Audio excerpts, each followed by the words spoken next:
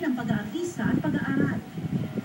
Proud ako dyan kasi talagang dyan talaga hinubo ang pagkatao ko. No? And also, kung ano man yung mga masasabi ko, bigay ng Diyos na talent, doon mas na-enhance. Yan. Good afternoon, Mrs. Galvez? I'm Mrs. Galvez. Hello, Mrs. Lagman and Michelle. Michelle, kamusta po?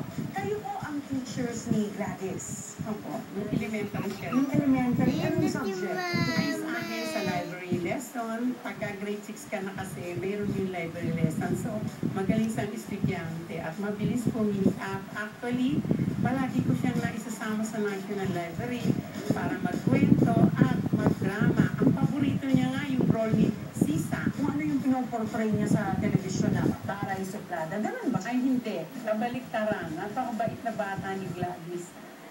Ito mismo ang classroom niya ng grade 2. Matandaan niyo, ma'am, kung saan nakaupo si Gladys noon? Nandito? Oo, nandyan. Harap na harap? Oo. Dito sila. Ano ba siya? Active student? Nag-resign? Nakataas ang kamay. Gusto lagi sumagot. Dito talaga siya sa klase. Yes. Sa isang subdivision sa Antipolo, Rizal,